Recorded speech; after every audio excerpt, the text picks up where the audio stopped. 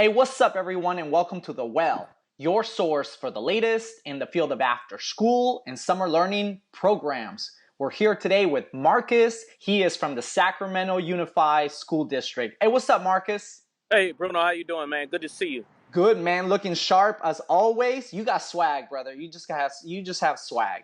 I learned from the best. I watch you. I see the Save After School shirt. Yeah. You know I got it. Oh, yeah. Especially after last night, where they, commented that $191 million are being cut from the National 21st Century Community Learning Centers. This is just the fight continues, man. We gotta keep helping our babies. That's right. Most definitely. Most definitely. And we heard some good things from Assemblymember McCarty. He was over and doing some visits with us during summer programming.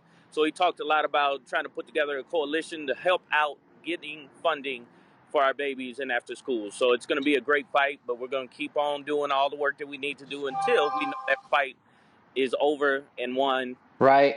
And for sure. Yeah, man. And shout out to Assemblymember McCarthy for visiting our programs yesterday. He was at Rosemont High School, he was at Elder Creek Elementary, and at the Freedom School as well. Is that correct? That is correct. Yeah, we had a blast over there. Miss Jackie does a wonderful job. Her staff, Freedom Schools was great. Elder Creek was great, and Rosemont, of course, ending it at our high schools. Yeah. Amazing. Fantastic. Hey, man. So the first question that everybody always asks me when I do these interviews is, how did people get into the field of after school? We know your story. We know that you were a school principal in Chicago, and all of a sudden we find you all over the map in the field of expanded learning. So what was your journey like? Sure. So my journey for me, spending my years as a high school administrator, I went from dean, I was assistant principal, being a principal, and really working in the space of after school. I found myself and my wife really wanting to work in programming that was outside of the common curriculum that we usually see in the traditional day. Got really, really excited about that work and very passionate about that work, and really seeing that as a way to look at the whole child. And not just addressing what we need for them academically to be college and career ready, but what are those life skills that we can provide? How do we get them ready for, I don't want to say the real world, because it's always the real world, but definitely life after college or life after high school and what that can look like. And for some, it's college, for some, it's career, and for some, it's still, how do I figure this out? I'm 25 years old, and I might still be trying to figure out, am I going to school? Do I really know what I want to do with my career? And as we started doing that more, my wife and I, and really getting into the mentoring programs and the leadership development, I really realized that my passion, as much as I love teaching, I taught for 8 years, was in administration for 9. My passion was really being in a space where I could look at whole child and whole development. And I knew that work was in after school. As I was a freedom writer, or am a freedom writer teacher, working with Aaron Gruelle here in California, I started meeting a lot of people in the space at CDE, definitely talking to people here in Sacramento. And it just really was an easy guide in terms of what I needed to do next for my career. And that was getting into the expanded learning space. And here I am. Yeah, man, that's such an interesting story. And this space has grown so much, and it has become so intentional for us to do the work that we do. But here's the real question that I want to ask you, Marcus, because this is of interest to a lot of my viewers on this channel. We see nationally the work that Angela Rye is doing, the work that Jesse Williams is doing, and we look up to that work. We look up to those folks who are literally the pioneers of this work. They're carrying the flag for the rest of us. Right. In every interview that I have done for The Well, or the World of Expanded Learning, everyone mentions your name. Really? So what is your secret sauce? How do you get folks? Can you tell us a little bit about your Men's Leadership Academy program that you're running here in Sacramento? Sure. Well, first, let me say thank you. I appreciate that. It's always great to feel like someone sees what it is that you're trying to do for young people. So I hope that, I can continue to be an inspiration to 1, 2, 3, if not 100, as we move forward.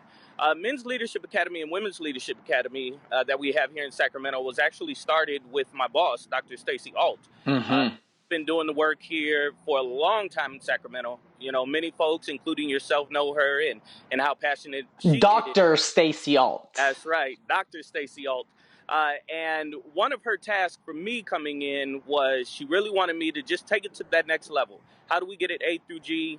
How do we make sure that we're really expanding our story and telling people the work that we're doing? How do we make sure that our babies are not only getting services in after school, but making sure that we get it into a high school curriculum, which we do now have. And we just solidified, Bruno, a partnership with Sac City College that is Yes. going to allow our young people in MLA and WLA, as well as some other community partners like Epic Bloom, Be Mad with Jody. And with those students, they will not only get high school credit, they will also get college credit as well. Dope. So dope. Very excited about that. For me, though, really just in terms of getting excited and passion, the passion that I have for the work is God. You know, I'm going to be real honest. Um, Many people say, or you have heard the statement of the two most important days of your life is the day you're born and the day you find out why. You know, and I know my why. My why Yeah. is babies. My why is this work, you know, and my why is also the adults that work with these babies because we want to make sure we have healthy, healed adults who are getting in front of our young people so that they can work to make sure that they grow to be healthy, healed adults. You Yeah. know, and Angela Rye is someone that I look up to. There's many other women like Tamika Mallory, Carmen Perez, Linda Sarsour, you know, Jesse Williams, DeRay out there doing the work in different ways.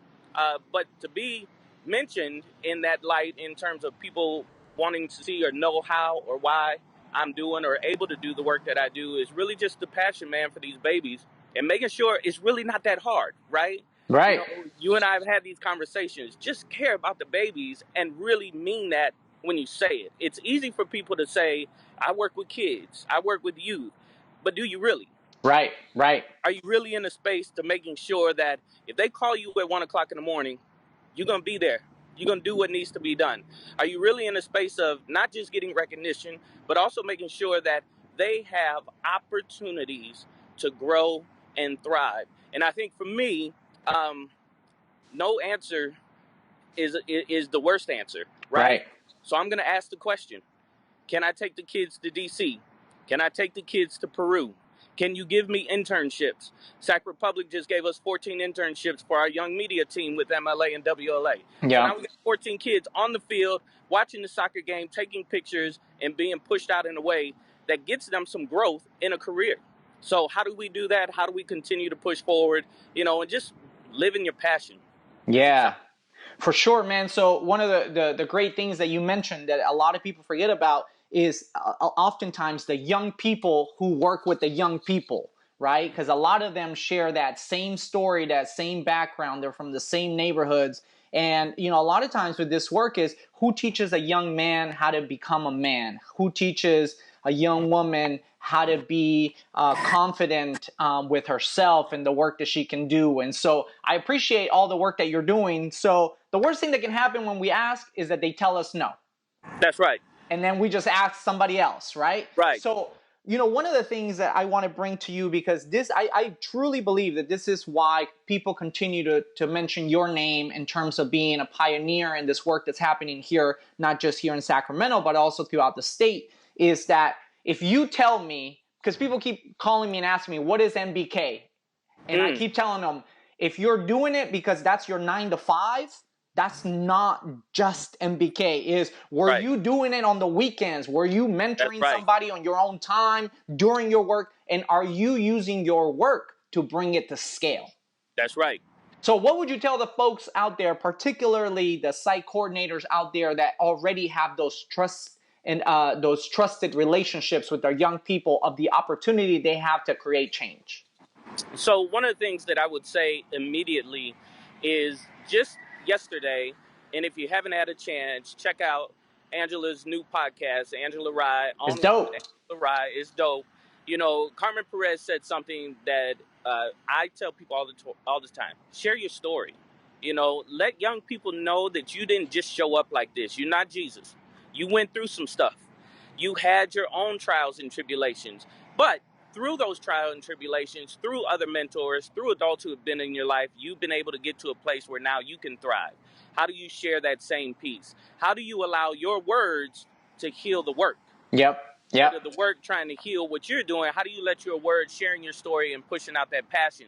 So, like you said, when you think about MBK, if that's your 9 to 5, then you're not doing MBK. That's right. That's right. My brothers. And I'll definitely post the link to the Angela Rise podcast on the description below. But last week she had Maxine Waters up in there, and it was fire. So Yes, it was. these are the kind of tools where I think that you bring innovation and that you take an existing podcast and then you tie it to the A through G requirements. You That's tie right. it into teachable moments that we can share with young people. So That's right. what is your approach in taking real life learning and applying it in the classroom? Right? So the world is our classroom, right? There's so many things going on. I was just in a meeting at summer at City Hall, and of course they were talking about Bruno and all of the great training he did for our ambassadors and the work that we're doing. And we find out that this circle may be small, but we have a large, wide range of folks that we can connect to, Yep. right? So if I Yep. don't know, I can ask Bruno. If Bruno doesn't know, he can ask Diego. If Diego don't know, and so on and so forth. But one of the things that I've realized is that our young people, when we talk about relevancy and we talk about how do we get them excited about what it is that we're trying to teach them, there are so many different things happening, whether it be through sports, whether it be through music. Jay-Z has his 444 album, right? An amazing album. One of my good friends, she wrote a whole piece around how Jay-Z just mentored you for $9.99. As Jay-Z said, I'm giving you $1 million worth of advice for $9.99. Right. How do you take that album? How do you take albums like that, like a Lemonade or like a Solange, A Seat at the Table, and how do you push that into a curriculum where young women can understand who they are, how they can be empowered, where young men can understand that what's more important than you going to the strip club is credit? They might listen, okay, so what does Jay-Z mean when he says that? Now, Right. we can have those discussions. Jay-Z told you, so you're willing to listen. Now I'm going to break it down for you, because Jay-Z didn't break all that down, but he at least got you excited. When we Right. also think about, just the people we have around Sacramento, there are a thriving number of great adults that want to do the work, that want to help out, that want to support. We just need to be able to provide them with what it is that can be done. Yeah. Right? A lot of times people just don't know what to do. So if you can present those ideas, I tell people all the time, if you present the idea, folks want to help. You just have to be willing to jump out there for the babies and do those things. The world is our classroom. Yeah. And it's easy. For me, it just makes perfect sense. Yeah. So Marcus, I remember a couple of months ago in April, sitting right next to you in the chair, right next to you, listening to a great keynote or conversation by Jesse Williams at the Yes. Boost conference. And we were Yes. all like, wow, that's what's in my heart right now. Right. What did you get out of that conversation by Jesse Williams and Jesse Moore, and how have you applied it back into your work? I think the thing that Jesse challenged us to really be honest about is something that a guy that I consider a mentor, Sean Dove, who runs the Campaign for Black Male Achievement, says often. And Jesse pushed this piece, and I think Maxine Waters has been pushing this piece, is that we are the advocates that we've been waiting for. Dr. King is not coming back to help us, right?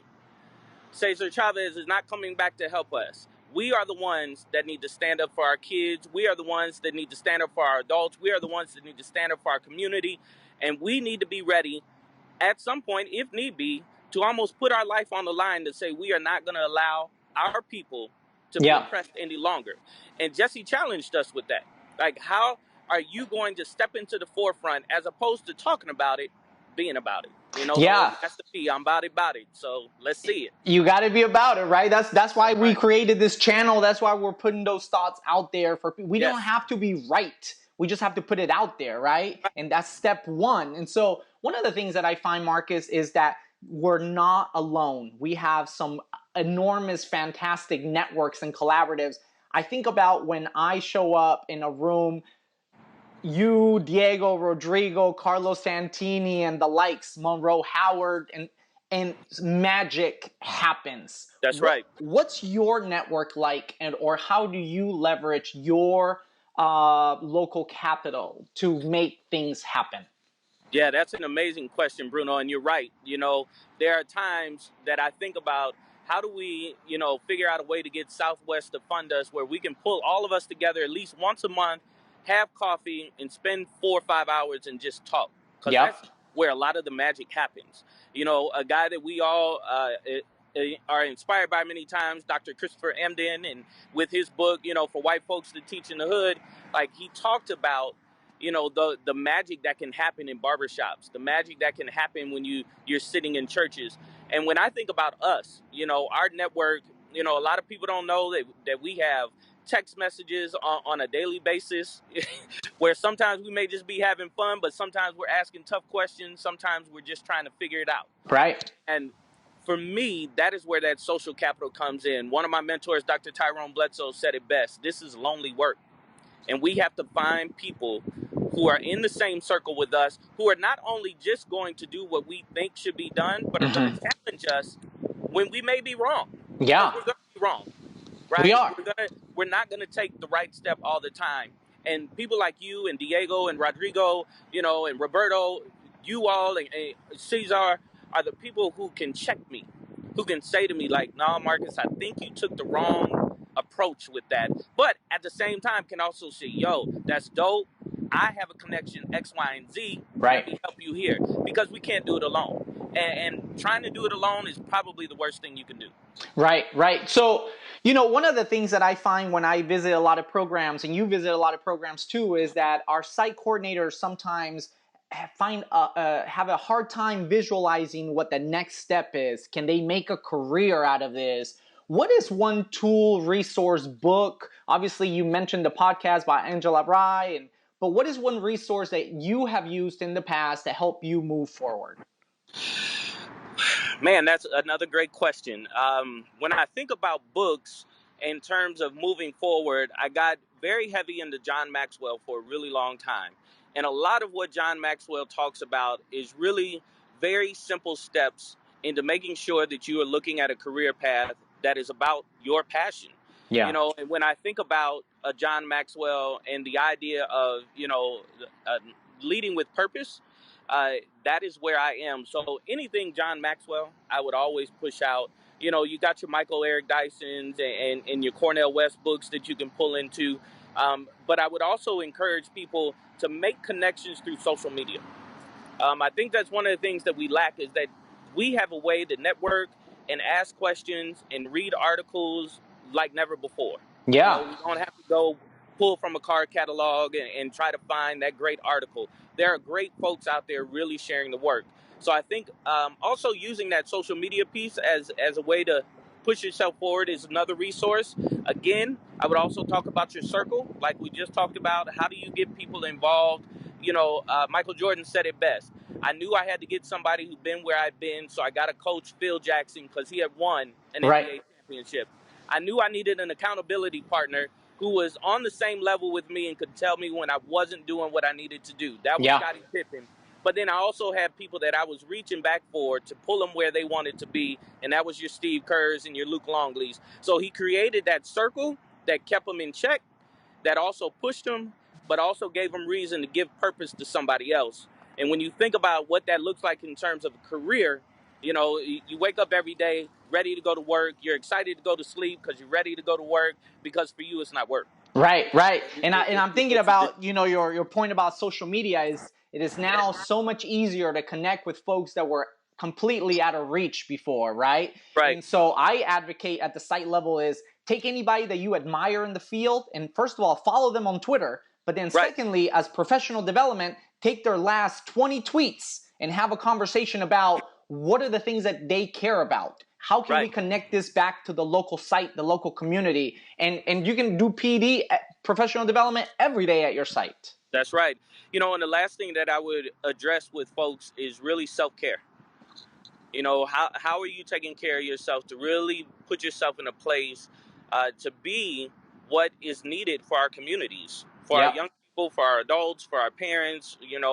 It, if you're not right, it's going to be hard for you to be right for somebody else. So I yep, just make sure that I stress, how do you find yourself in a place where you are giving self-care a real identity within your life?